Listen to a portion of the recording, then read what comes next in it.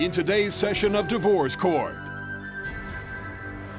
It wasn't love at first sight that brought Venetta Lynne and Vincent Becton together. It was more of a spiritual connection between Mr. Becton and I. It was divine guidance. He told me that God said that I was to marry him. So you just have this charm about you. Well, Your Honor, I can't help it. It's a God-given gift. But now she says this heavenly romance has turned into marriage hell. Miss Becton here is not Sister Ham Hock, Mother Chicken Wing, or the Piglet Choir herself. She was tore up from the floor up. Today, Venetta Lynne Becton brings Vincent Becton to Divorce Court. All rise. Court is now in session. Judge Mablean Ephriam presiding. You may be seated. Good day, ladies and gentlemen. This is the matter of Venetta Lynne Becton versus Vincent Becton. Mr. and Mrs. Becton, I'm advised you're here for divorce proceedings after a very short marriage. And Mrs. Becton, you're asking this court to order him to pay you $925.65 in unpaid debts. You want to tell me about that? Yes, Your Honor. This man left me with close to $1,000 in bills. We were married December the 17th, and he told me that that God said that I was to marry him. God told him to marry you? Yes. And now who's telling him to divorce you? I'm a Christian. Hold on a second. Now who's telling him to divorce you? That's what I'd like to know. Your Honor, if I can intervene for 1 minute, please. How long had you known him before he told you that he got this great revelation? 2 weeks, Your Honor. And within that 2 weeks' time is when it was confirmed that you were to be his wife? Yes. And you had never laid eyes on this man before that? No.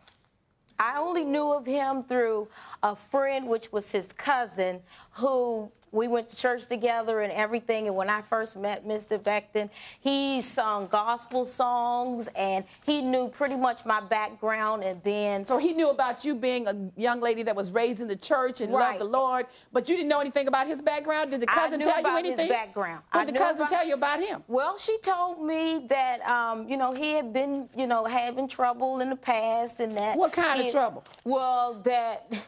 He, ran away, and they hadn't seen him for days at a time. Well, now, he kind of old to be running away. What you talking about running away?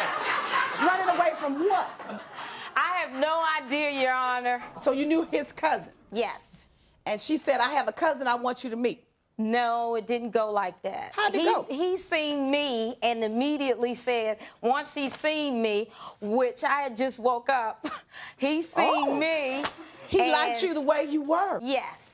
So it was more of a spiritual connection between Mr. Becton and I. Well, now, such a spiritual connection. Yes. I believe strongly in spiritual connections. I really believe that it takes place. But I also believe that they don't get unconnected that fast. Exactly. So I don't know if it was spiritual or if it was physical. What you say, Mr. Becton? Well, Your Honor, part from what she had to say is true. Miss Becton here is not Sister Ham Hock, Mother Chicken Wing, or the Piglet Choir herself. What is Sister Ham Hock and Mother Chicken? Please explain that. Well, she's not. I'd like to know. Your Honor, can I finish, please? Please explain that. She's not holier than thou herself. And none of us are. So what does that say? So I'm saying that I have faults just as well as she do. How did the spiritual revelation that she was to be your wife come about? Well, Your Honor, I met Miss Becton, like you said, at my aunt's house in my hometown. I said to her, she got up one morning, and I didn't look at her physically because physically she was tore up from the floor up. But what I wanted to do... Now, you're not going to be...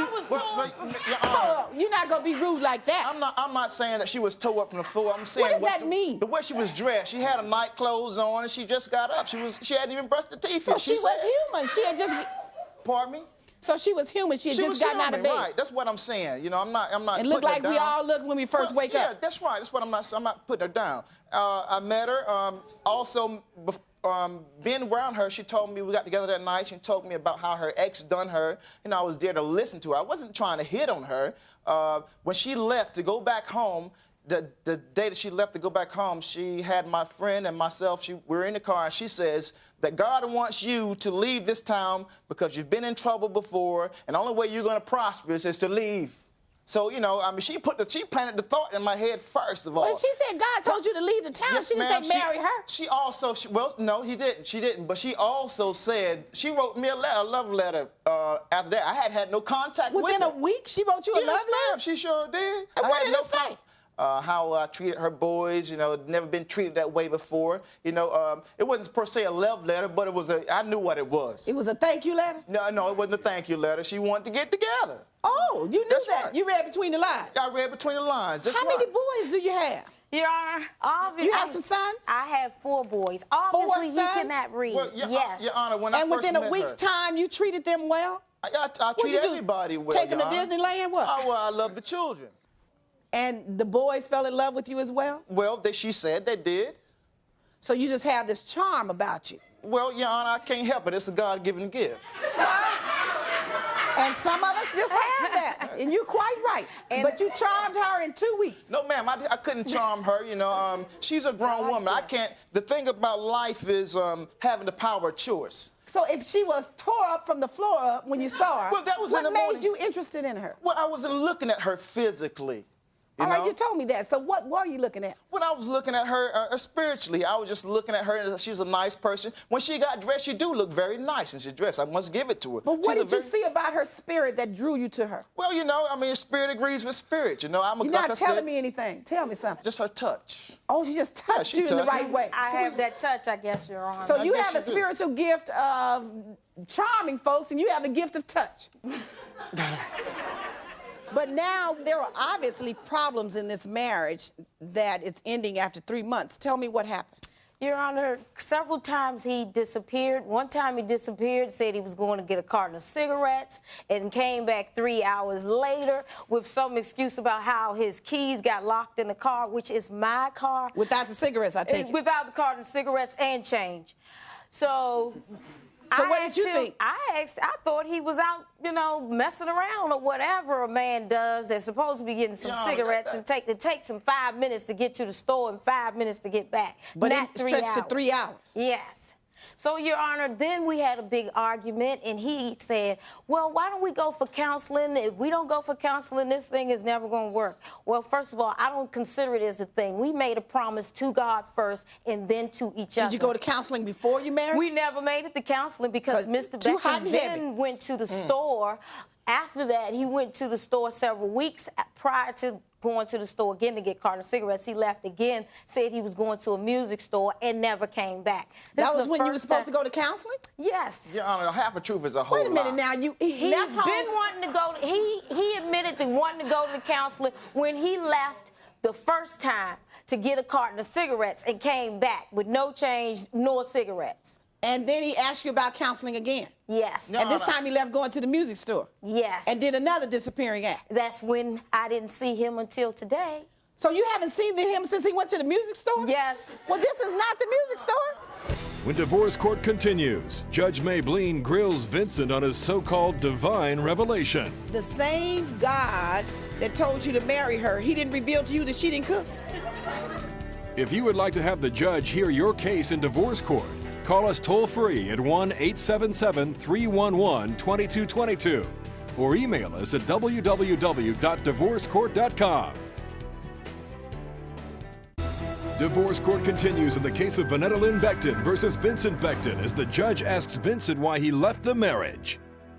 Okay, now, Mr. Becton, sounds like you were really leaving the marriage but didn't have the courage to tell her, were you? No, ma'am, no, ma'am. I did not have the courage to tell her. No, to that sense, it's right. You know, I wanted to tell her in numerous cases we we're not getting along. So what happened so suddenly in 3 months that was going on in 2 weeks? Because all the promises she made. She said that she was this type of person. She like was that what? Well, she said that she was a homemaker. She was a great cook. You know, the kids always say they ate hot dogs. Their last name should have been Oscar Mayer. You know, and you know that's how many hot dogs they ate. When I came to that house, Your Honor, they started gaining some weight. But who was doing the cooking? That's right, all the time. I said who? He should have So been your doing wife wasn't a homemaker. Because she couldn't cook. I mean, she can cook some things, hot dogs. So let me ask you stuff something. like that. You like to eat, obviously. Yeah, I like to eat. And you want a wife that cooks for you. That's right. If I right? can cook, that's right. And so when the same God that told you to marry her, he didn't reveal to you that she didn't cook? No, he did not.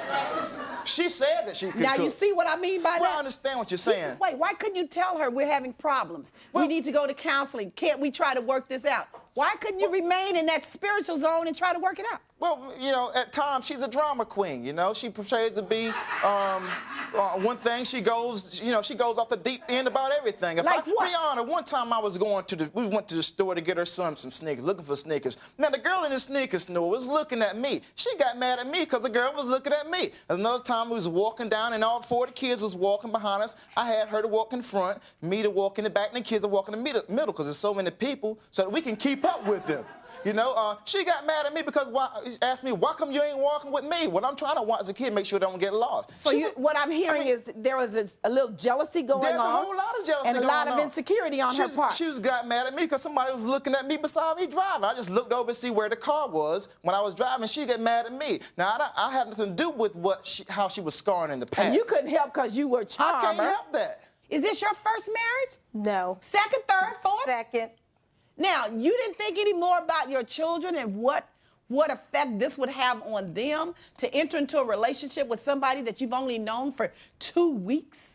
Yes, I did think about that, Your Honor, and because of the fact that my kids fell in love with him, I discussed this over and over with my kids, and they agreed to the same thing. As he said, he put on a charm. He put on a facade. Hold on a second. How old are these children that you're sitting up discussing with? I have a 14-year-old, a 12-year-old, 10, and 8. And, of course, their judgment is so good that they can tell you what's best for you. No, but I always inquire. I always include my kids in every decision that I'm making, especially with one where I'm going to include addition to the family. Mistake your children. Children are charmed by almost anyone who is kind to them. But you're the adult.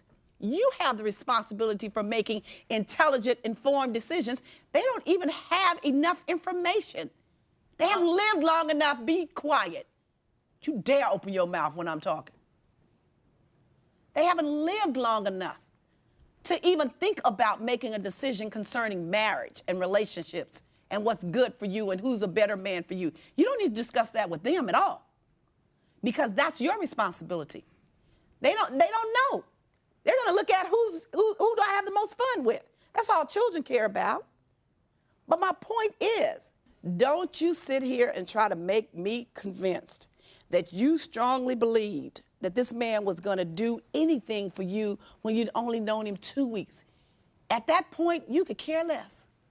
He must have said the right thing to you at the moment when you needed to hear a particular thing because of something that had gone on in your life. Now, what did he say to you? Now, let's just be honest about it. Right. It was a need going on in your life, something from the past probably. You needed to hear certain things, and it clicked when he said the right words. And that just sold you. At the time, Mr. Becton appeared in my life. My mom had passed. And the spiritual things that he was making up songs and singing and everything, that was the fulfillment that Mr. Becton put in my life because that's a vulnerable state in my life and that I was. My mother had passed and Mr. Becton came in and he used that. He came in at a time when you were very weak. Right, and he mentally. Used that. He used that. And he said you talked to him something about... And he knew that as well. And he said you also talked to him something about your past relationship. Past relationship. We both talked about past relationships, Your Honor. And yours was scarred with some abuse or something? No, I've been in an abusive marriage before, and that was like 10 years ago. And you talked to him about that? I told him that, and then I told him about a relationship that I was in presently before meeting Mr. Becton. And that one was not so good? That was not so good, Your Honor. So you just opened up yourself and all of your areas of vulnerability to Mr. Becton, right? If that's what you want to say, because I believe he opened himself up as well. Because so you shared some of your issues with her as well? Yes, he did. My mother's also passed. My father's also passed. I have just aunts and uncles, you know. So I understand about the passing of the parents because I've been there. I've done that. But never would I pry on that or use that against her. Well, you just showed her a point of compassion that she had not had immediately because your mother just recently died, right? At all. Well, Your Honor, she shared this with me in the car, and she shared. I wasn't trying to do that at all. I know, it just came natural for you because you're a charming person. Well, no, it's not because of charm, because I care about people. You know, I mean. And I'm not putting you down, and trust me, I believe that it was real and it was genuine. We can feel and have compassion for people, and it can make us feel good about that person, make you think that the relationship is going to continue like that. I'm not putting you down for your compassionate feelings. Continue that. But what you have to do is once you make a vow, in terms of marriage, that's what I'm putting you down for. I understand that. You made a vow to be with this woman, and you didn't give it time to work. Well, she made a vow too, and she put me out twice already. When divorce court continues, Venetta Lynne breaks down. I don't understand, how could he have done this if he loved me so much?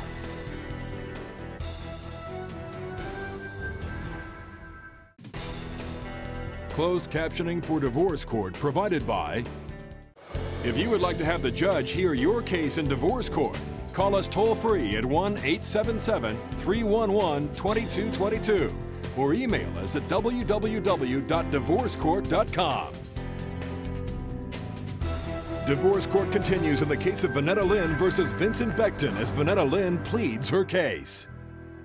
I noticed that you're crying, Mrs. Becton. What's the problem? Well, Your Honor, this man left me with $925 worth of bills, and considering the fact that I have kids, he didn't take in consideration that electric was going to be cut off, the phone was going to be cut off, and I don't understand how could he have done this if he loved me so much. I had to borrow money from this man here to pay these bills up. Or otherwise you wouldn't have had electricity. Right. For you and the children. Yes. What about that, Mr. Becton? Well, Your Honor, like I said, at the time I wasn't working, and she knew it. So throughout this marriage, the several months you were together, you never found a job? I looked for a job. You know, she said to me, just take your time, get the proper job that you want. She encouraged me not to take jobs. So what she encouraged you not to take? Because you're a man, you know you needed to go to work. That's true, too, but I did look, and then at the time that I was looking for the jobs, you know, it was slow. That part of the year that was slow, so it was pretty hard to find one. You know, that I needed to be, the money that I needed to make in order to step up to the plate. Well, did you know that $1 was better than $0? Yes, ma'am, I do know that. A little bit of something is better than a whole lot of nothing. I understand that. You know, so now what do we do? Well, Your Honor, with the phone bill that she's saying... Because those electric bills continue. I understand the children still had to have a place to sleep. They had to have utilities. It continued. What was she supposed to do? Well, Your Honor, I don't know. I mean, I don't have anything to tell you. I just know that as far as that's concerned, I don't know. But as far as the phone bill is concerned, you know. What about it? Well, that's my phone. It's in my name, and it's still in my name. Does that make it right that you left it with the phone bill that high? Because it was in your name? Well, she should have had it cut off and had it put in her name. Why didn't you have it cut off? Because, well, I could have it cut off. Or why didn't you just pay it, better still? But I didn't. Well, don't sit up here. I didn't hear when I talked to Miss Becton on numerous occasions. Don't start telling me what she should have done. Well, she never said anything about it. She never said, I didn't hear anything of this until later on. Mr. Becton, now before, when you were talking, I thought you had a little bit of sense. Now you about to make me know that you just a charmer and you really had no real interest in being a father to those children and a husband. You were looking for a meal ticket yourself. The way you keep talking. That's the conclusion I'm about to come to. When you start pushing the blame over there saying what she could have done, now that you did not meet your financial responsibility. Sounds like one of those good excuse makers. And now you're gonna move on.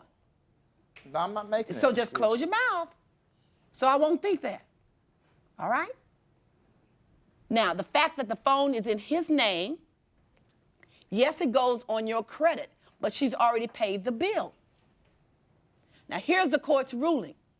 Each of you is responsible for 1/2 of the total amount of the bills. 1/2 of the $925.65. Since she's already paid it, you've paid it? Yes. You need to reimburse her. Now, I don't know where you're going to get it from. I don't want you to steal. I don't want you to do anything wrong. But I'm going to give you 30 days. Now, what I would suggest that you do is to try immediately to get you a phone in your name, so you won't have to worry about paying him back any money. Because you're responsible for that phone bill. You understand that? Yes, Your Honor. That's the order of the court. Court's adjourned. All rise. Parties may leave the courtroom.